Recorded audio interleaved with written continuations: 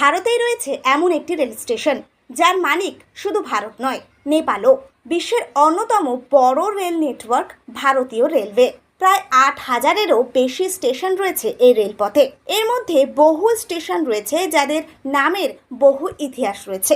তবে একটাই স্টেশন রয়েছে যা ভারত এবং প্রতিবেশী দেশ নেপাল ব্যবহার করে। এই স্টেশনটি রয়েছে বিহারে, মধুবনী জেলায় জয়নগরে রয়েছে এই স্টেশনটি। আসলে ভারতের অংশেও একটি প্ল্যাটফর্ম রয়েছে এবং নেপালেও একটি প্ল্যাটফর্ম রয়েছে। মাঝে একটি ওভারব্রিজ রয়েছে যা দুই দেশের স্টেশনকে জুড়েছে। যাত্রীরা চাইলেই দুই দেশের স্টেশনে যেতে পারে।